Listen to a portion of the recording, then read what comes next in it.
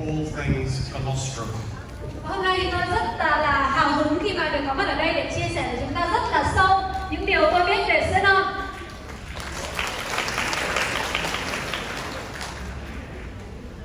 So I think if we could have the slides move along, there's my bio, which you've just heard. So we'll skip that one and go to the next one. I'm going to start firstly with a world view of colostrum. So this slide shows the main markets for colostrum in the world. Và bây giờ tôi sẽ bắt đầu bằng cách là chia sẻ với chúng ta tranh về sữa non trên thế giới. Và trên màn hình thì chúng ta sẽ nhìn thấy những thị trường chính mà đang tiêu thụ sản phẩm sữa non. It shows that Asia consumes 2 times more than the USA and 3 times more than Europe. Và chúng ta thấy rằng là châu Á thì đang tiêu thụ gấp đôi cái số lượng tiêu thụ của nước Mỹ và thậm chí là gấp 3 lần số lượng tiêu thụ của châu Âu. So Vietnam being in Asia, you're in exactly the right place to be working with colostrum. Vì thế cho nên là thị trường Việt Nam chúng ta đang ở châu Á và chúng ta đang ở cái nơi mà thích hợp nhất để có thể bắt đầu kinh doanh với các sản phẩm có thành phần từ sữa non. And this slide shows that New Zealand is the top colostrum exporter in the world. Và trên slide chúng ta nhìn thấy rằng New Zealand sẽ là một trong những quốc gia hàng đầu để xuất khẩu các sản phẩm sữa non ở trên thế giới. So you are sourcing from the best source in the world. Vì thế cho nên mình đang có nguồn cung cấp sản phẩm từ trong một trong những nguồn mà cũng tốt nhất trên thế giới. So, why source from New Zealand? Apart from it being the best, why source from New Zealand? Vậy thì cái câu hỏi đặt ra là tại sao chúng ta lại lấy nguồn sản phẩm từ New Zealand? Well, New Zealand has clean air, Và đầu tiên là New Zealand có một cái không khí rất sạch, fresh water, nước sạch, green grass, đồng cỏ xanh mát, lots of green grass. rất là nhiều cỏ xanh. Plus, New Zealand products have evidence-based health claims. Và một điểm cộng rất quan trọng đó là những sản phẩm từ New Zealand thì đã có những cái bằng chứng về sức khỏe đã được xác nhận. In short, you can trust them. Và một cách ngắn gọn là chúng ta hoàn toàn có thể tin tưởng về nguồn gốc của sản phẩm từ đây. New Zealand is the 8th largest milk producing country in the world, 3% of global production. Và New Zealand thì là quốc gia thứ 8 có sản lượng sữa ở trên thế giới và chiếm khoảng 3% tổng sản lượng sản xuất sữa ở trên toàn cầu. But it's 30% of global dairy exports. In other words, most other producers don't export it, they consume it in their own country. Nhưng mà một điều đặc biệt, 30% cái lượng sản phẩm từ sữa xuất khẩu trên thế giới là xuất khẩu từ New Zealand. Bởi vì rằng là rất là nhiều quốc gia họ sản xuất nhưng mà sử dụng nhiều hơn ở trong nước so với việc là đem ra ngoài để xuất khẩu. New Zealand has 4.5 million cows, almost as many as the number of people. Và ở New Zealand thì có khoảng 4,5 triệu con bò và gần như là tương đương với dân số hiện tại của quốc gia này. And I hope you can all come to New Zealand and see some cows grazing in the grass and making milk one day. Và tôi hy vọng rằng là tất cả chúng ta sẽ có một cơ hội một ngày nào đấy đến New Zealand và trực tiếp nhìn thấy là con bò đang gặm cỏ trên cánh đồng và sản xuất sữa như thế nào. We're very lucky in our beautiful country. We have a natural environment with the sunlight of Spain and the climate of Bordeaux, France. Và chúng tôi là một quốc gia rất là may mắn bởi vì ở đây thì có một cái môi trường tự nhiên, nơi mà ánh sáng thì giống như là Tây Ban Nha và khí hậu thì giống như là Portugal vậy. New Zealand uses a seasonal dairy system with open pasture grazing. Và ở New Zealand thì có một cái hệ thống sản xuất sữa theo mùa và có cái đồng cỏ là bò được chăn thả trên đồng cỏ. So the cows walk around in the grass, out on the farms, in the wild, and they're not in sheds like they are in other countries. Và ở đây thì các con bò là được lang thang và gặm cỏ trên cánh đồng chứ không phải được nuôi nhốt ở trong chuồng giống như là một số các quốc gia khác. This creates the best quality milk. Chính vì thế nó sẽ tạo ra một trong những cái sản phẩm sữa mà có chất lượng tốt nhất. Because the cows are grazing outside all year round, the milk is richer in nutrients. Và bởi vì nguyên nhân là đàn bò được ăn cỏ ngoài cánh đồng trong suốt cả một năm cho nên là cái lượng dinh dưỡng ở trong sữa sẽ tốt hơn rất là nhiều. nutrients like omega-3, vitamin E, beta-carotene, and conjugated linoleic acid, or CLA. Và một số những cái chất dinh dưỡng chủ yếu có thể kể đến như là omega 3, vitamin E, beta carotene hay là nucleic acid liên hợp. These are some of the famous New Zealand-made colostrum brands up here. Và trên màn hình là một số những cái thương hiệu sữa nổi tiếng tại New Zealand. Of course, this one at the top here is the best. Và đương nhiên là một trong số đó thì như Doulglas là một trong những sản phẩm tốt nhất. So now I get into the science. What is colostrum? Vậy thì nếu nói về câu chuyện khoa học thì sữa non là gì? Colostrum is first milk. It's produced by the mammary gland of all the mammals after birth. Và sữa non chính là sữa được sản xuất bởi tuyến vú của tất cả các động vật có vú sau khi mà sinh con. This is the perfect food for health. Chính vì thế nó là một cái thức ăn rất hoàn hảo cho sức khỏe của chúng ta. In New Zealand, this is collected only from healthy cows. Và ở New Zealand thì sữa non chỉ được thu hoạch từ những chú bò khỏe mạnh thôi. And it is very rich in antibodies, immunoglobulins, such as Igs, growth factors, peptides, and bioactive carbohydrates. Và chính vì thế trên đây là một cái nguồn mà rất là nhiều kháng thể IgG, những yếu tố tăng trưởng các peptide cũng như là các carbon hydrate có hoạt tính sinh học. We source colostrum from the first 24 hours after birth. Và chúng tôi thì sẽ thu hoạch sữa non chỉ trong vòng có 24 giờ đầu sau khi mà bò mẹ sinh con thôi. And in this graph, this shows the immunoglobulin level of the colostrum over the first 48 hours. And you can see how it declines rapidly. Và trên biểu đồ đây thì chúng ta sẽ nhìn thấy rằng là cái lượng IgG trong sữa non trong vòng 48 giờ sau khi bò mẹ sinh thì cái lượng IgG nó sẽ giảm như thế nào? So if we want a high bioactive level of colostrum, we collect it in this period here. Vì thế cho nên là làm thế nào để đảm bảo được cái lượng IgG thu được nhiều nhất thì chúng ta sẽ thu hoạch trong những cái khoảng giờ đầu sau khi mà bò mẹ sinh. Now these are the major bioactives in colostrum, and I'll talk you through some of these. Và đây thì là một số những cái thành phần hoạt tính sinh học sẽ có ở trong sữa non và tôi sẽ đi vào một số những thành phần này để giải thích cho quý vị hiểu. Most importantly are the immunoglobulins, such as IgG, which are antibodies. Và quan trọng nhất chính là immunoglobulin hay là IgG mà chúng ta còn gọi là kháng thể. Antibodies are produced by the cow's immune system every time the cow comes into contact with a pathogen or a germ, a bacteria or a virus. Và cái kháng thể này thì sẽ được sản xuất ở trong cái hệ miễn dịch của con bò mỗi khi mà con bò cần phải tiếp xúc với những cái vi khuẩn hay những cái virus từ bên ngoài. These antibodies go into the colostrum and they then protect the calf from these germs. Và những kháng thể ở trong sữa non thì sẽ giúp bảo vệ con bê con để tránh khỏi các vi khuẩn, các cái tác nhân có hại. But it's not just for the calf. They work for humans, and when we consume colostrum, we also get protection from those germs. Nhưng mà sữa non của bò mẹ thì không chỉ có tác dụng bảo vệ cho bê con mà nó cũng sẽ có tác dụng tương tự cho sức khỏe của con người, và khi chúng ta sử dụng thì chúng ta cũng sẽ có những cái hiệu quả bảo vệ tương tự như vậy. Also in colostrum are all of these different growth factors. There's IGF-1 and 2, transforming growth factor, epidermal growth factor, and platelet-derived growth factors. Lots of growth factors. Và ngoài những yếu tố tăng trưởng này thì trong sữa non sẽ còn có những cái yếu tố tăng trưởng IGF-1, IGF-2, những yếu tố chuyển hóa, những yếu tố về biểu bì, về nguyên bào sợi hay là những yếu tố mà tăng trưởng có nguồn gốc từ tiểu cầu. Now there are also a range of enzymes in colostrum, and some of them are listed here. Và trong sữa non thì cũng sẽ có hàng loạt các loại enzyme mà tôi đang liệt kê ở trên màn hình. Lactoperoxidase is an antibacterial enzyme. Và lactoperoxidase là một cái loại kháng khuẩn, có tác dụng kháng khuẩn. Lactoferrin. Has anyone heard of lactoferrin? Có ai Anh chị nào đã từng nghe về lactoferrin chưa ạ?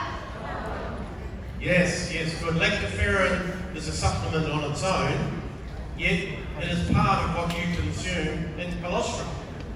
Và lactoferrin thì là thực chất là một cái chất bổ sung dinh dưỡng, bản thân của nó là như vậy, và nó chính là một phần những gì mà đang có ở trong sữa non.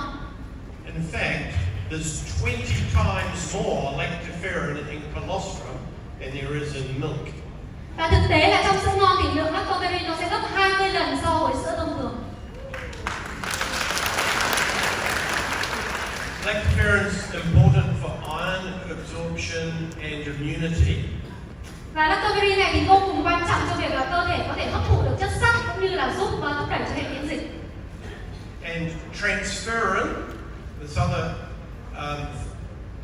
protein in milk, is also an important for iron binding and transport. Và transferrin thì cũng là một trong những cái chất protein rất là quan trọng mà nó sẽ giúp cho kết nối cũng như là vận chuyển chất sắt ở trong cơ thể. Lysozyme, it destroys bacteria and viruses on contact. Và cái lysozyme thì nó sẽ giúp tiêu diệt cũng như là phá hủy các virus vi khuẩn khi mà nó tiếp xúc với các virus vi khuẩn này. Xanthine oxidase, it releases hydrogen peroxide, which kills bacteria. Và một loại nữa là xanthine oxidase thì nó sẽ giúp giải phóng ra các hydrogen peroxide và giúp tiêu diệt vi khuẩn trong cơ thể. Colostrum also has protease inhibitors, which prevent the digestion of colostrum in the gut. Và cái chất kháng protein thì ở trong sữa non thì nó sẽ giúp cản trở và ngăn chặn quá trình mà tiêu hủy và tiêu hóa sữa non ở trong đường ruột. And finally, lactalbumin, which raises brain serotonin levels in the brain and improves mood, and so on, we feel good when we take colostrum. Và cuối cùng thì lactalbumin chính là một cái chất mà nó sẽ giúp làm tăng serotonin trong não, giúp cải thiện tâm trạng. Vì thế cho nên là khi mà chúng ta sữa non chúng ta sẽ cảm thấy tâm trạng thoải mái hơn.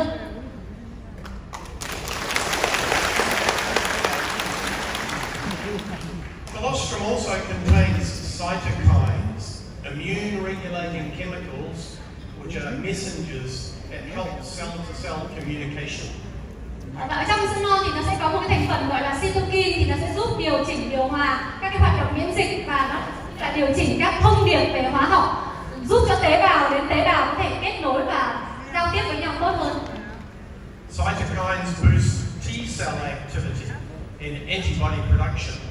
Và cái chất này thì nó sẽ giúp thúc đẩy các hoạt động của tế bào T cũng như là thúc đẩy quá trình sản xuất kháng thể trong cơ thể. Leukocytes, which stimulate the production of interferon, which slows viral reproduction. Và leukocytes thì lại là một chất mà nó giúp thúc đẩy quá trình hoạt động của các interferon và cũng như là làm chậm quá trình tái sản xuất của virus ở trong cơ thể mình. Lymphokines, which are antiviral chemicals. Lymphokine thì là chất mà các hóa chất hợp chất mà nó sẽ giúp kháng virus. And interleukins, which regulate the immune response. Và cuối cùng là interleukin thì là chất mà nó sẽ giúp điều hòa các phản ứng miễn dịch của cơ thể. I'm sure you'll agree that that's wow, there's a lot in colostrum, right? Vì thế nên chúng ta hãy cho một tràng pháo thật là lớn và wow, bởi vì là những tác dụng tuyệt vời ở trong sữa non. But wait, there's more. Nhưng mà chưa phải là hết, còn rất nhiều. Colostrum also has a full complement of all of these vitamins and minerals. Và sữa non thì còn là một tổng hợp rất là đầy đủ của những loại vitamin và khoáng chất ở đây. Very powerful. Rất là quyền lực ạ. So in summary, colostrum is the most powerful, complete, natural, and bioactive food we will ever eat. Vì thế cho nên có thể nói rằng là sữa non là một trong những loại thức ăn có quyền lực, hoàn thiện, tự nhiên và có hoạt tính sinh học tốt nhất chúng ta có thể được ăn.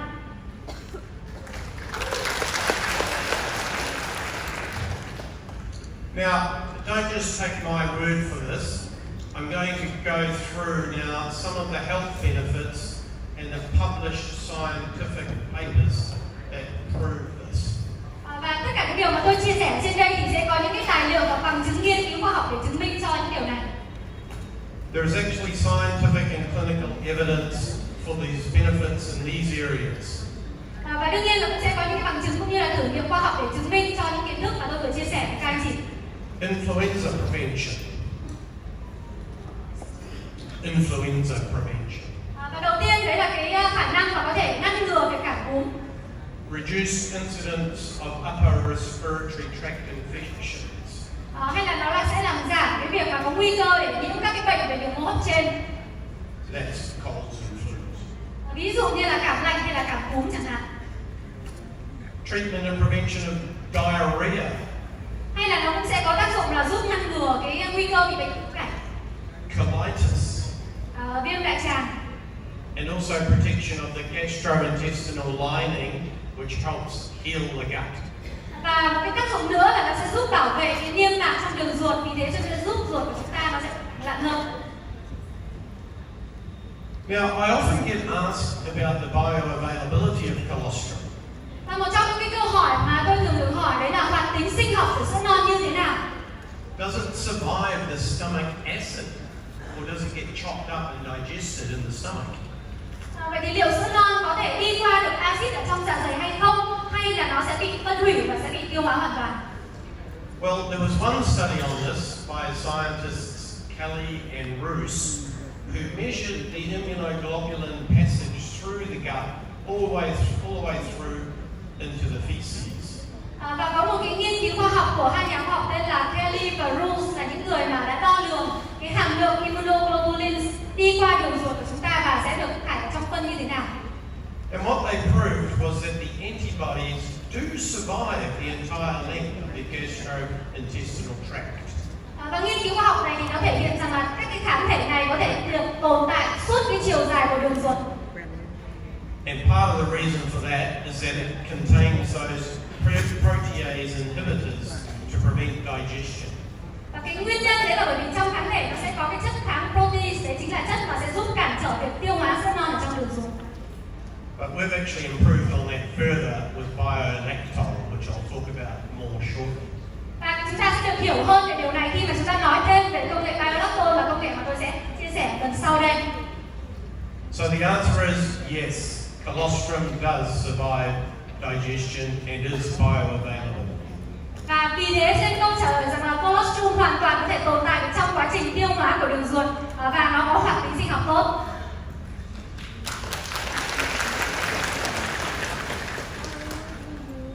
I have a database of over 800 scientific publications on colostrum. Tôi có một cái nguồn dữ liệu của hơn 800 các nghiên cứu khoa học đã được xuất bản về sữa non. We don't have time to go through all of them today, but here is a small snapshot of a few of the interesting scientific publications. Và tôi thì không có đủ thời gian để chia sẻ tất cả điều đó cho anh chị, nhưng chúng ta sẽ đi qua một số những cái nghiên cứu khoa học mà thú vị nhất. This first study in 2007 in Italy found that colostrum was 3 times more effective than the flu vaccine. Và đây là một trong những nghiên cứu ở nước Ý vào năm 2007, thì cái nghiên cứu này thì đã thể hiện rằng là sữa non thì sẽ có hiệu quả hơn 3 lần so với các loại vaccine phòng chống cúm. In this study, they had 4 groups: a control group who received nothing, a vaccine group who took the vaccine, a colostrum group, and a colostrum plus vaccine group. Và trong nghiên cứu này thì người ta đã tiến hành ở trên 4 nhóm. Nhóm thứ nhất là nhóm đối chứng, là những nhóm người mà không sử dụng gì cả. Nhóm thứ hai là nhóm sẽ dùng vaccine. Nhóm thứ ba là nhóm chỉ dùng sữa non, và nhóm thứ tư là nhóm sẽ dùng kết hợp cả sữa non lẫn vaccine. They took these for 3 months, and the group that had only colostrum had the lowest number of flus over those 3 months. Nghiên cứu này thì sẽ được tiến hành trong 3 tháng, và kết quả của nghiên cứu cho thấy thì nhóm mà chỉ sử dụng duy nhất là sữa non thì sẽ có cái tần suất và nhiễm cúm thấp nhất trong suốt 3 tháng đó. And this was only with 400 milligrams of colostrum, quite a low dose. Và đấy là dựa trên một cái liều sử dụng sữa non rất là ít, chỉ khoảng 400 mg. This next study was in 605 children in India who had upper recurring respiratory tract infections. Và một trong nghiên cứu khác thì được tiến hành ở trên 605 trẻ em tại Ấn Độ. Đây là những bạn mà thường xuyên là bị tái phát về nhiễm trùng đường hô hấp trên. After 3 months on colostrum, the infections dropped by 91.3%. Và sau 3 tháng thử nghiệm sử dụng sữa non thì cái tỷ lệ mà bị nhiễm và tái phát giảm xuống 91,2%. Very powerful. This is very important because the main treatment for infections had been antibiotics. Và cái điều này rất là quan trọng bởi vì là cái giải pháp chủ yếu để sử dụng trong cái quá trình này, đây chính là giải pháp mà dùng các kháng thể giúp tăng sức đề kháng của cơ thể. And as we heard from Mr. Keon from the Ministry of Health, he talked about antibiotic resistance being a big problem. Và chúng ta vừa mới nghe Cường chia sẻ lúc nãy là việc kháng sinh đang trở thành một cái vấn đề rất là nghiêm trọng. So, having colostrum as an alternative is very, very important. Vì thế cho nên có thể sử dụng sữa non là một cái giải pháp thay thế cho việc sử dụng kháng sinh thì là vô trọng, tuyệt vời.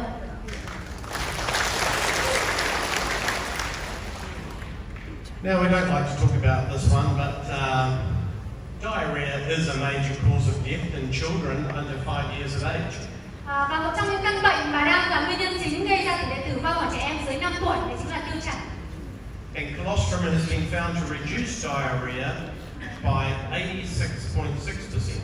Và sữa non thì đã cho thấy rằng là đang giúp giảm cái tỷ lệ trẻ em bị mắc bệnh tiêu chảy xuống 86,6%.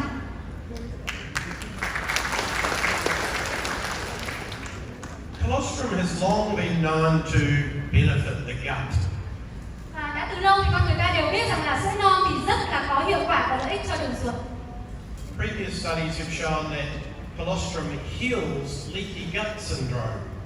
Và những nghiên cứu khoa học trước đây thì chứng minh rằng là sữa non sẽ có tác dụng là giúp làm giảm các triệu chứng là rò rỉ đường ruột. So leaky gut syndrome is a condition where the gut lining gets holes in it from various challenges, such as anti-inflammatory drugs, chemicals and toxins in the food, and allergens. Và cái rò rỉ đường ruột này nó là một cái tình trạng khi mà niêm mạc ruột chúng ta sẽ có các cái lỗ hổng do các cái nguyên nhân như là sử dụng các thuốc kháng sinh, các hóa chất, các chất có hại trong thức ăn hay là tiếp xúc với các chất gây dị ứng. But remember, all those growth factors that I talked about in colostrum, they help to heal these holes and reduce the symptoms of leaky gut. Và cái bí mật ở đằng sau đấy chính là các yếu tố tăng trưởng mà tôi vừa chia sẻ ở trong sữa non thì sẽ giúp làm liền các cái lỗ hổng này và sẽ giúp làm giảm các triệu chứng của việc rò rỉ đường ruột. This particular scientific study was on ulcerative colitis, which is inflammation of the colon. Là một nghiên cứu khoa học về các cái triệu chứng viêm dạ dày đại tràng hay là những cái sự viêm nhiễm mà có ở trong đại tràng của chúng ta. And it showed that colostrum improved 62.5% of the subjects. Và cái sự cải thiện ở các cái đối tượng mà được sử dụng sữa non được ghi nhận là 62,5%.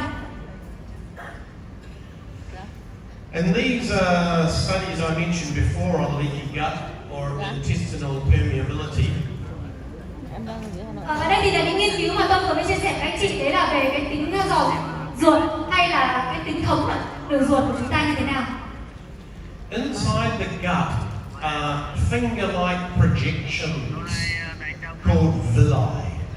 Và trong đường ruột của chúng ta thì sẽ có những cái phần mà nhô lên giống như là ngón tay, ta gọi là nhung nhau, làm tăng cái diện tích hấp thụ của đường ruột. Now, in the study, the doctors took endoscope pictures of these before and after administering an anti-inflammatory drug called indomethacin. Và các nhà nghiên cứu thì đã tiến hành chụp và nội soi trước và sau khi người ta được sử dụng những cái sản phẩm thuốc mà có tác dụng kháng viêm được gọi là indomethacin. And after taking indomethacin, the villi were all shortened and broken and crooked. Và sau khi mà sử dụng thuốc này thì sẽ nhận thấy rằng là các nhung bao hay là các cái ngón tay đó nó sẽ bị ngắn lại hoặc là bị vỡ. But after taking colostrum, the villi grew back and were restored to full health and function again. Quite amazing. Và sau khi mà được sử dụng sữa non thì các nhung mao này thì sẽ được hỗ trợ dinh dưỡng để có thể tăng trưởng trở lại và có thể hoạt động một cách khỏe mạnh trở lại. Now, I'd like to explain a few of the quality considerations of colostrum, because quality is really important. Và bây giờ thì tôi muốn giải thích ra một số những cái tiêu chuẩn về chất lượng ở trong sữa non, bởi vì là chất lượng là một trong những yếu tố rất quan trọng khi chúng ta lựa chọn sản phẩm. So these are the quality factors that you should hopefully get in a really good colostrum product. Vì vậy cho nên là để mà lựa chọn một sản phẩm có thành phần sữa non tốt thì chúng ta sẽ phải lưu ý đến các tiêu chí sau đây. So firstly, a very high level of high GG, because high GG is one of the main features, at least 20%. Và đầu tiên thì sản phẩm đấy nó sẽ phải có một cái hàm lượng IgG cao, và đây là một trong những yếu tố quan trọng đầu tiên khiến cho người ta sử dụng sữa non. Và hàm lượng này thì tối thiểu phải nên là 20%. Now, it should also contain other immunoglobulins like IgA and IgM. Và đồng thời thì nó cũng sẽ nên có các cái thành phần kháng thể khác như là IgA và IgM. Another recently discovered factor are PRPs, proline-rich polypeptides, PRPs. Và đồng thời thì trong đó cũng sẽ nên cần phải có cái thành phần gọi là PAP hay là những cái polypeptide mà có dầu proline. The colostrum should be sourced from healthy cows, verified by export certification.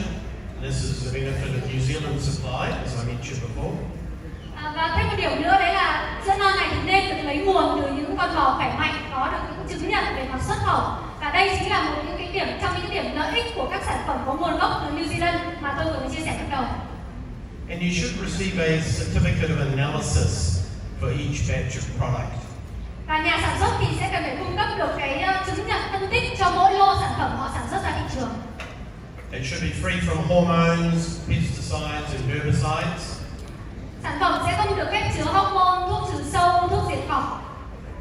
And I'm pleased to say that the colostrum in Coloss IG Gold satisfies all 6 of those criteria.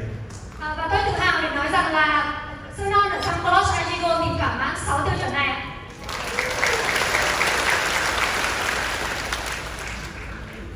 So this is a little busy slide, but it's just to briefly touch on the future development pathways for colostrum.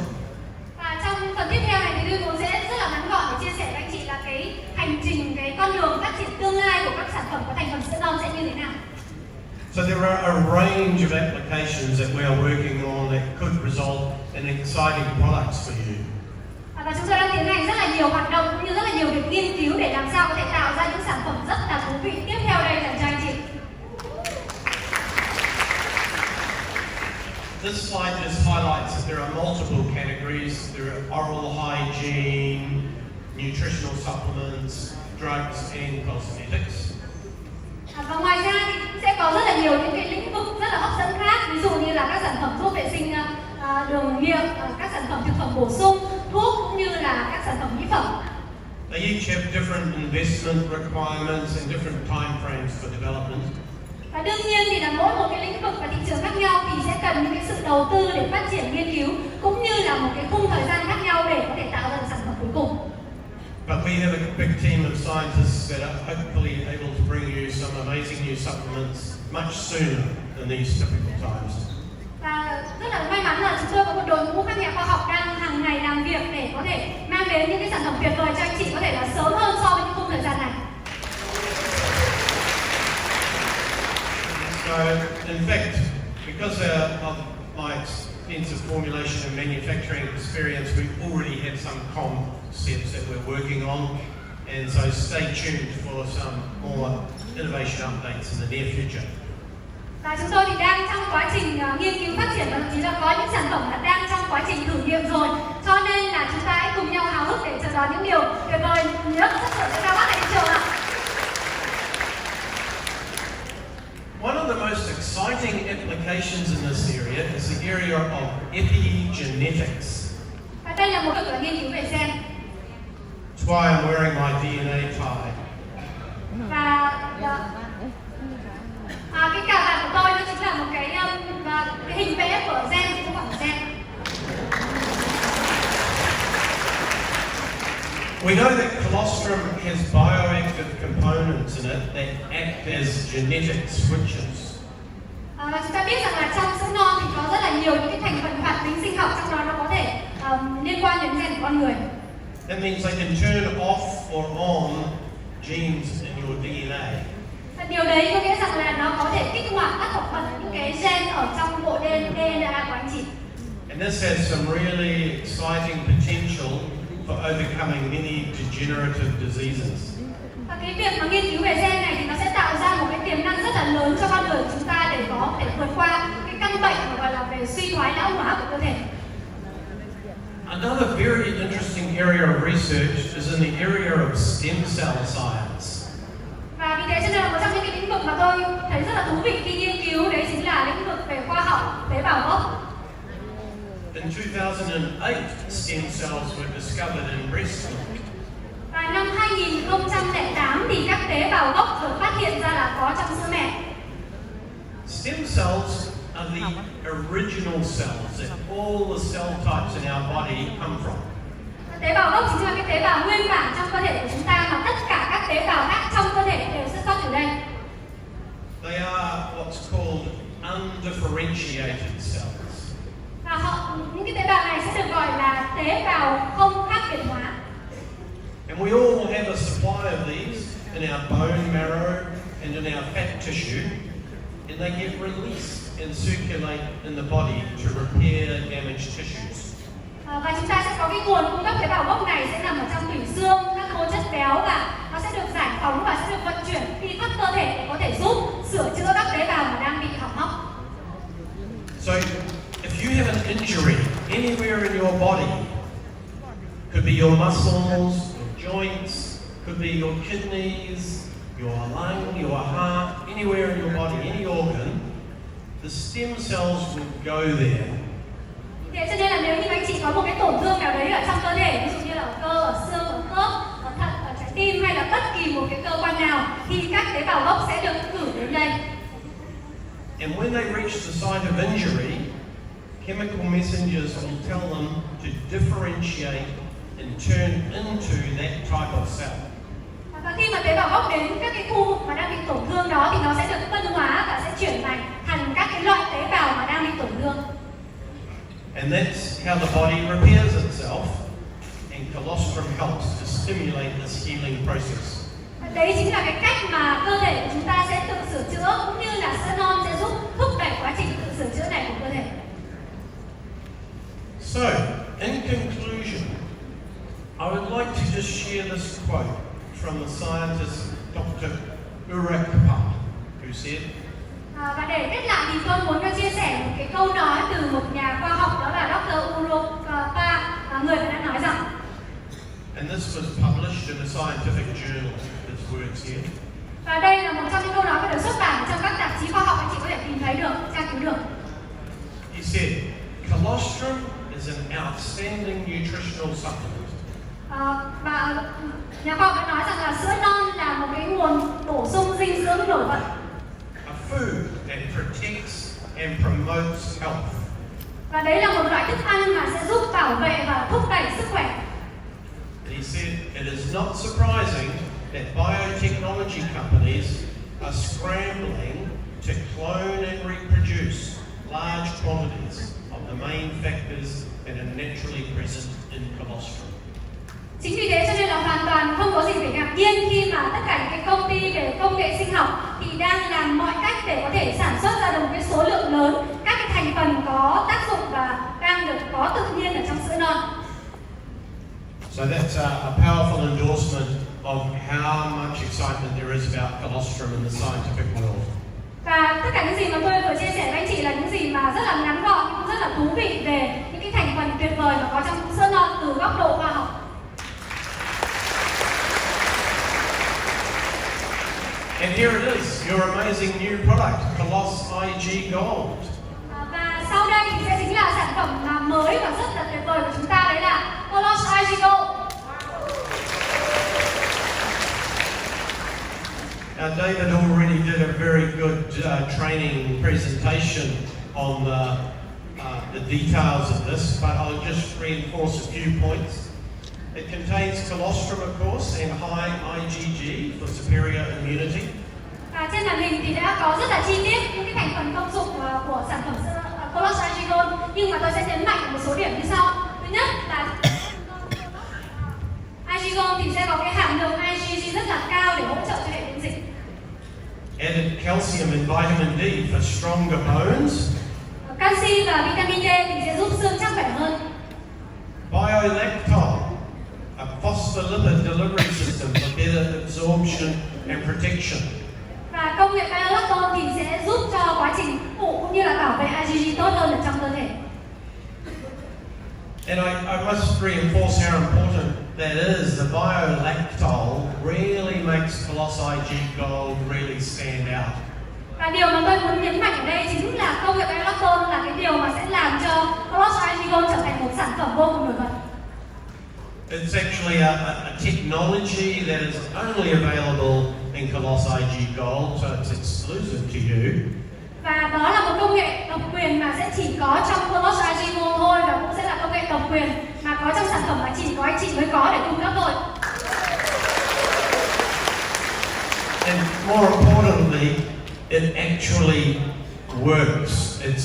It has been scientifically proven to improve the absorption and the protection, and that's why it's going through a patent. Và điều quan trọng rằng là công nghệ này thì đã được chứng minh là nó sẽ giúp tăng cái khả năng hấp thụ cũng như là bảo vệ kháng thể ở trong đường ruột. Chính vì thế cho nên là cái công nghệ này thì đang trong quá trình là sẽ được xin được cấp bằng sáng chế.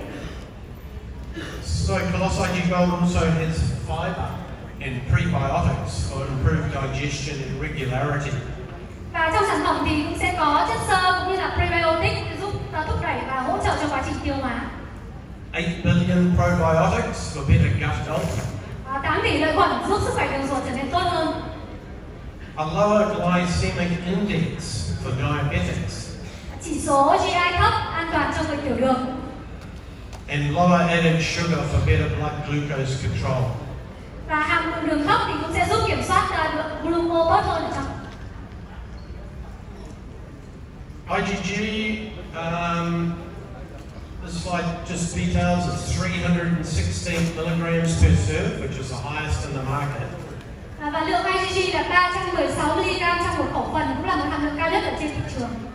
Yes, and the numbers 2 grams of soluble fiber, 8 billion probiotics, rapid improvement and restoration of a healthy gut.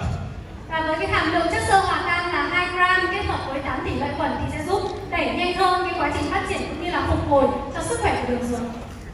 Only 2 grams of added sugar, 30% lower than in other products. Và cái hàm lượng đường có 2 gram thôi thì nó cũng khoảng thấp hơn các sản phẩm tương tự trên thị trường khoảng 30%. And sugar is a bit of a pet hate of mine. Và chúng ta phải để ý là một số những cái sản phẩm trên thị trường thì nó sẽ có đường ở trong thành phần. Sugar is responsible for a lot of health problems in the world, so a lower sugar is really important. Và chúng ta biết rằng là đường thì nó đang là một trong những cái yếu tố mà phải chịu trách nhiệm cho rất là nhiều những cái căn bệnh hiện nay. Chính vì thế cho nên là chúng ta sẽ phải cân nhắc đến lượng đường trong sản phẩm mà mình sử dụng. The glycemic index is 30, which is acceptable for diabetics. Và cái chỉ số GI này thì hoàn toàn là phù hợp để an toàn cho những người bệnh tiểu đường. And other brands of colostrum are generally above a GI of 55. Và trong khi chỉ số chúng ta chỉ có 30 thôi thì chỉ số của rất là nhiều các sản phẩm khác thì đang ở mức khoảng là 55. Yes, so not really good for health, those ones. Và chỉ số đường cao chắc chắn là sẽ không tốt cho sức khỏe.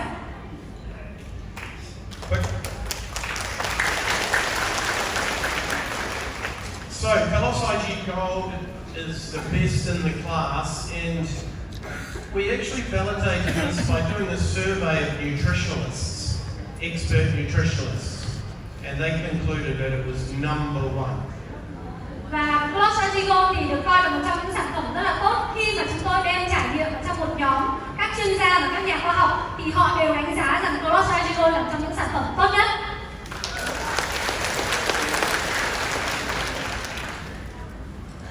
So, where does all this information come from? Vậy thì tất cả những cải tiến của sản phẩm này đến từ đâu? Well, I'm part of a collective of scientific and industry brains in the Institute for Nutrition and Human Health. Tôi được tự hào là một trong những thành viên của hội đồng khoa học của viện dinh dưỡng và sức khỏe con người tại New Zealand. This is where scientists and innovators can come together, collaborate on research and development, and create great products like this. Và đây chính là nơi mà các nhà khoa học hay là những nhà phát triển cải tiến thì sẽ tập hợp cùng với nhau để có cùng nhau hợp tác nghiên cứu phát triển ra những cái sản phẩm tuyệt vời giống như là Glaxo. There's a few of us here who have been invited to participate and contribute or support. Và đây là gương mặt đại diện của một số những thành viên ở trong hội đồng nghiên cứu của chúng tôi để có thể đóng góp những công sức cũng như là những nghiên cứu khoa học của họ.